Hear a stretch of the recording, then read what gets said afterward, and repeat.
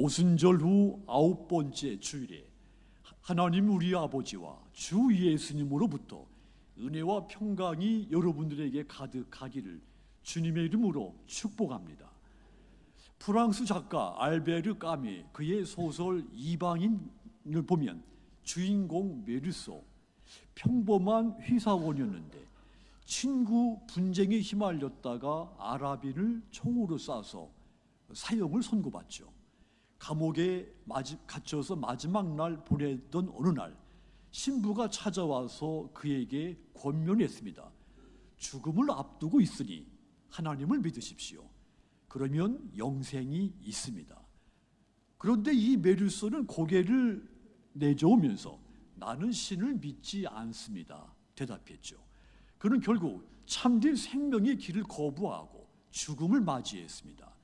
이것은 요한복음 6장에 나오는 무리들, 그들이 예수님의 말씀을 이해하지 못해서 떠나는 그런 장면과도 겹칩니다.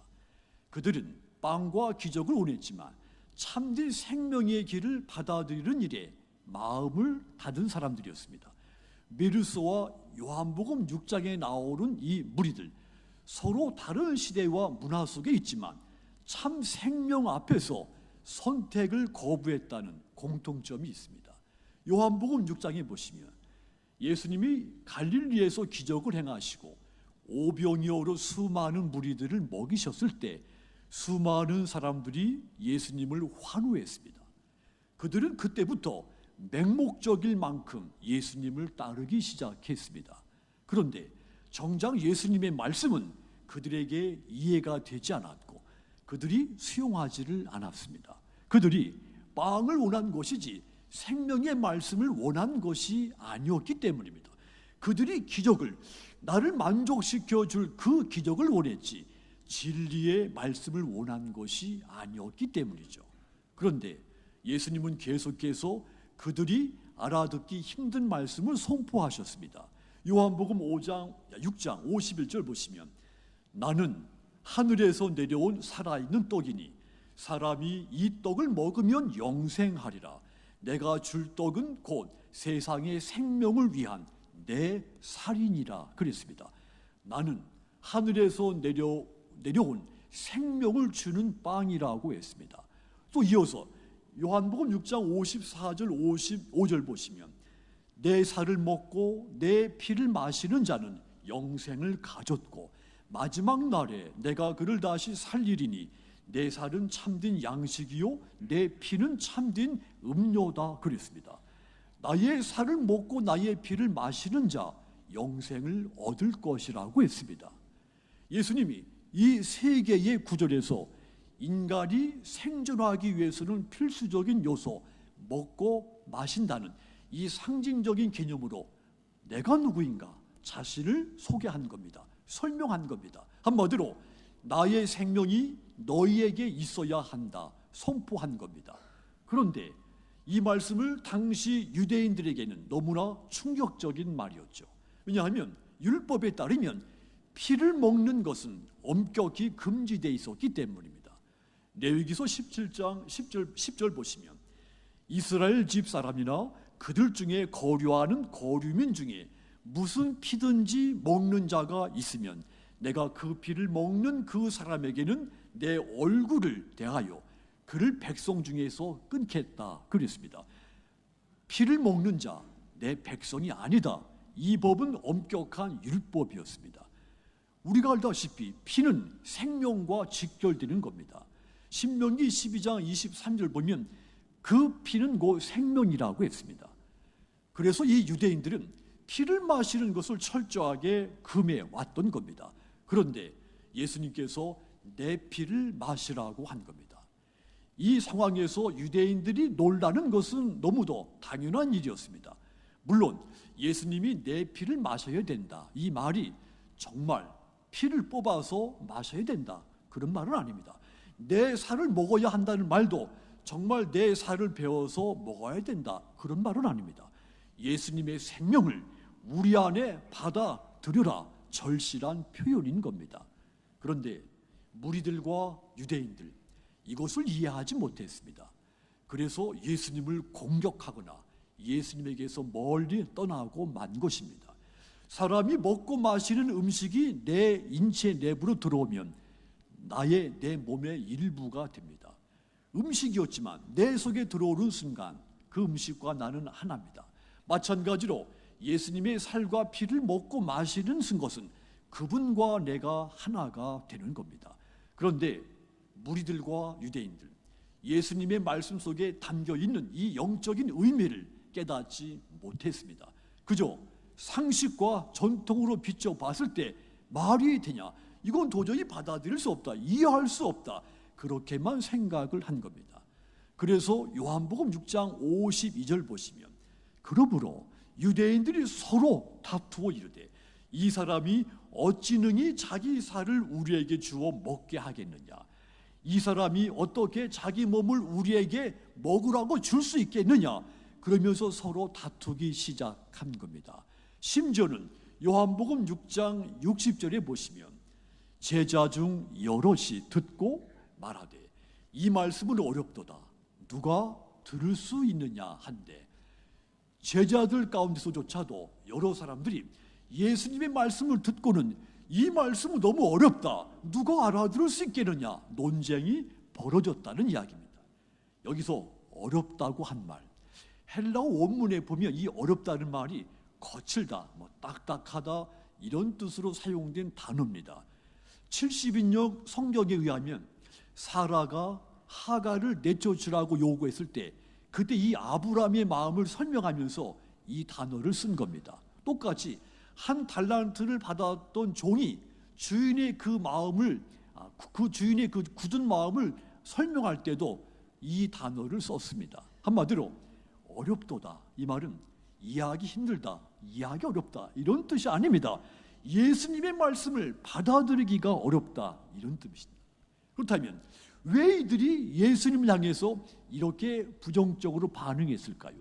칼빈은 이 부분에 대해서 예수님의 말씀에 문제가 있는 것이 아니라 그들 마음에 문제가 있었다고 설명했습니다. 만약에 그들 마음이 우리같이 옥토였더라면 예수님의 말씀을 쉽게 받아들였을 것이다, 이런 이야기죠. 결국 이들의 문제는 두뇌가 아니라 가슴의 문제이고 지식이 아니라 믿음의 문제였던 겁니다.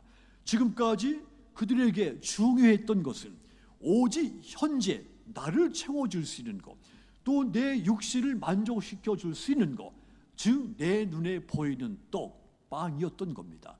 결국 그들은 그렇게 예수님을 향해 품어왔던 반감 폭발시키면서 하나 둘씩 등을 돌리고 주님 곁에서 멀리 떠나간 겁니다.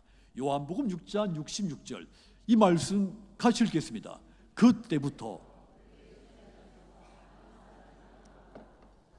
그와 함께 다니지 아니하더라. 그들이 더 이상 예수님을 따르지 않았다고 했습니다. 그렇습니다. 세상적이고 육적인 것을 추구하는 사람은 영적인 진리가 언제든지 귀에 거슬리게 마련입니다. 그들은 단지 자신들의 자아를 충족시켜 줄 수 있는 범위 안에서 이야기를 받아들입니다.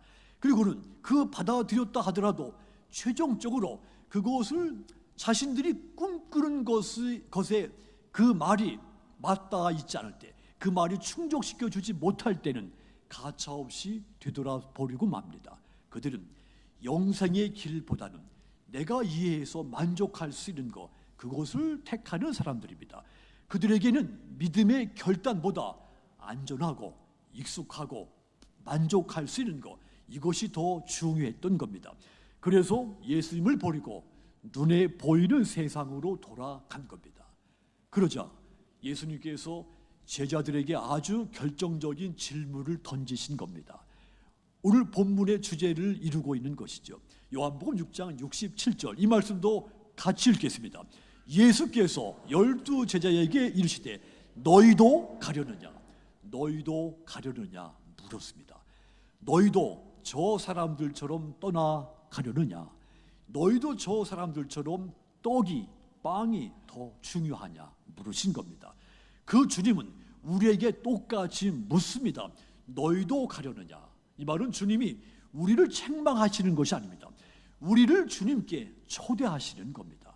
우린 이 물음 앞에 나의 신앙을 되돌아보아야 됩니다. 그렇다면 여러분, 예수님이 오늘 나에게 너희도 가려느냐 이렇게 물으셨을 때 우리가 어떻게 행동을 해야 되겠습니까? 머뭇거리지 말고 앞으로 누구를 내 인생의 주인으로 모실 것인가 선택을 해야 됩니다. 머뭇거려서는 안 됩니다. 즉시 주님을, 하나님을 내 인생의 주인으로 선택해야 하는 겁니다. 너희도 가려느냐? 이 예수님의 질문, 주님을 선택하라는 초대인 겁니다. 신명기 30장 19절 보시면 내가 오늘 하늘과 땅을 불러 너희에게 증거를 삼노라. 내가 생명과 사망과 복과 저주를 네 앞에 두었은즉 너와 네 자손이 살기 위하여, 따라합시다, 생명을 택하라.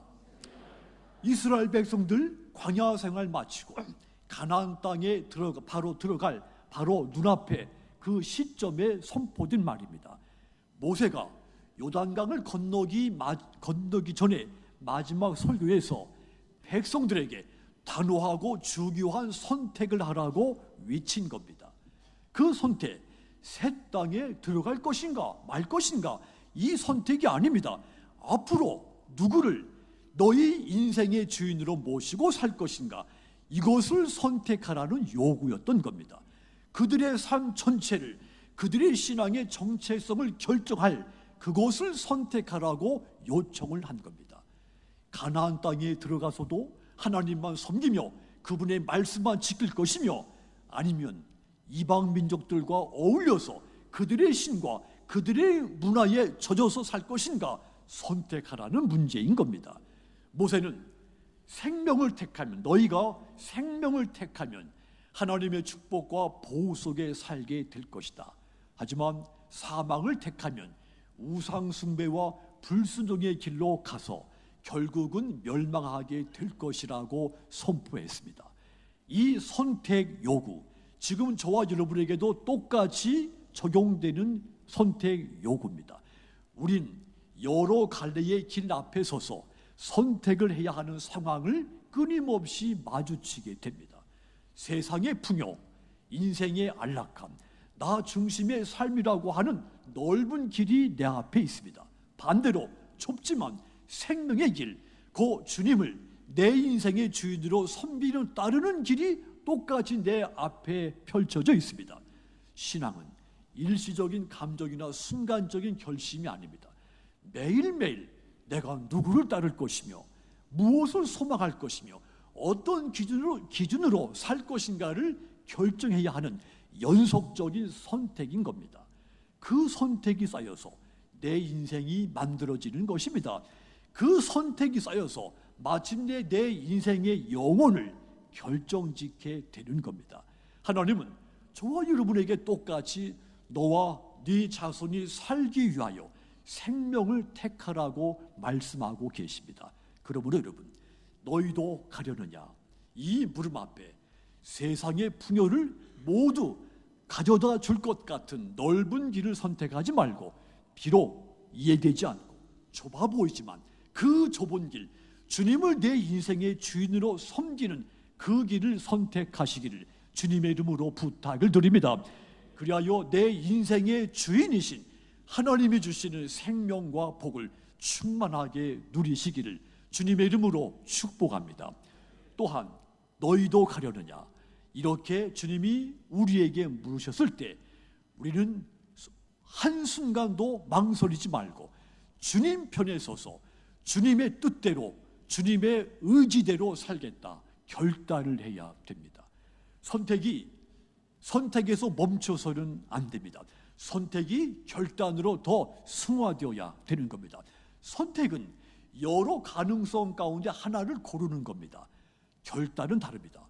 목표를 정하고 끝까지 가겠다고 하는 굳건한 다짐이죠.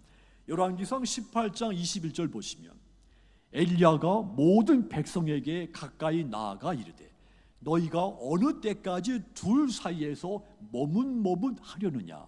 여호와가 만일 하나님이면 그를 따르고 바알이 만일 하나님이면 그를 따를지니라 하니 백성이 말 한마디도 대답하지 아니하는지라 그랬습니다. 엘리야가 이스라엘 백성들에게 하나님과 바알 중에 누구를 따를 것인가 결단하라고 외친 겁니다. 그런데 이 하나님의 선민들, 하나님만이 유일하신 분이라고 믿고 따랐던 이들이 결단하지 못하고 머뭇머뭇거린 겁니다. 한마디의 대답도 하지 못한 것입니다. 당시 이 이스라엘 백성들, 아합 왕과 이세벨의 영향을 받아서 이방인의 신 바알신을 숭배하고 있었습니다. 오직 한 분이신 하나님만 믿는다고 하면서 실제로는 바알 아세라의 제단 앞에서 무릎을 꿇고 풍요와 권력을 추구하며 살아왔던 겁니다. 이스라엘 백성들이 하나님을 완전히 버린 것은 아닌데, 그런데 하나님을 온전히 섬기지 않은 겁니다. 양다리를 걸친 겁니다. 양다리를 걸친 채 필요할 때만 하나님을 찾은 겁니다. 그래서 엘리야가 이 백성들 갈멜산으로 불러 모았습니다. 한쪽에는 혼자 서 있는 엘리야가 있고, 다른 한쪽에는 바알 선지자 450명, 아세라 선지자 400명이 서 있습니다. 무려 850명의 거짓 예언자들이 위협적으로 서 있었던 겁니다. 그날의 규칙은 단순했습니다. 각자 제단 위에 제물을 올려놓고 불로 응답하는 존재가 참된 신이라는 것입니다. 바알 선지자들, 이 거짓 예언자들, 아침부터 정오까지 불이 내려오기를 위치고 뛰고 칼로 자기 몸을 상에 입히고, 하지만 아무 응답이 없었습니다. 하지만 이 엘리야, 무너진 하나님의 제단을 다시 세우고 물을 3번 부어서 제단을 흠뻑 적신 후에 이렇게 기도했습니다. 열왕기상 18장 36절 보시면, 저녁 소제 드릴 때에 이르러 선지자 엘리야가 나아가서 말하되, 아브라함과 이삭과 이스라엘의 하나님 여호와여, 주께서 이스라엘 중에서 하나님이신 것과 내가 주의 종인 것과 내가 주의 말씀대로 이 모든 일을 행하는 것을 오늘 알게 하옵소서 기도했습니다. 그 순간 하늘에서 불이 내려와서 번제물, 장자, 돌, 흙, 심지어 제단에 고여있는 물까지 모두 태워버렸습니다. 열왕기상 18장 39절 보시면, 이 광경을 본 백성들이 얼굴을 땅에 대고 이렇게 외쳤습니다. 모든 백성이 보고 엎드려 말하되, 여호와 그는 하나님이시로다, 여호와 그는 하나님이시로다 했습니다. 참신이 누구인지 목도하게 된 겁니다.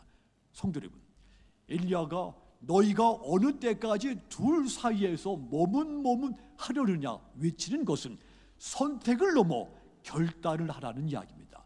하나님만이 참된 주인이신 것을 인정하고 그분 편에 서서 그분 뜻대로 그분의 방식대로 살 것을 결단하라는 요구인 겁니다. 사랑하는 여러분, 우리도 수많은 유혹, 두려움 사이에서 흔들릴 때가 있습니다. 믿음과 세상, 양다리를 걸치고 싶은 유혹을 받을 때가 많습니다. 하지만 여러분, 믿음에는 중간지대가 없습니다. 하나님을 따르든지 세상을 따르든지 반드시 결단을 해야 되는 것이 믿음의 본질입니다. 예수님께서 우리에게 너희도 가려느냐 물으실 때 머뭇거려서는 안 됩니다. 신앙은 언젠가가 아닙니다. 지금 당장 이 순간 결단해야 하는 겁니다. 선택은 내 기분 또 내 환경이 달라지면 바뀔 수 있습니다. 그러나 결단은 마음을 정하고 내 인생을 걸게 됩니다. 물러서지 않는 겁니다.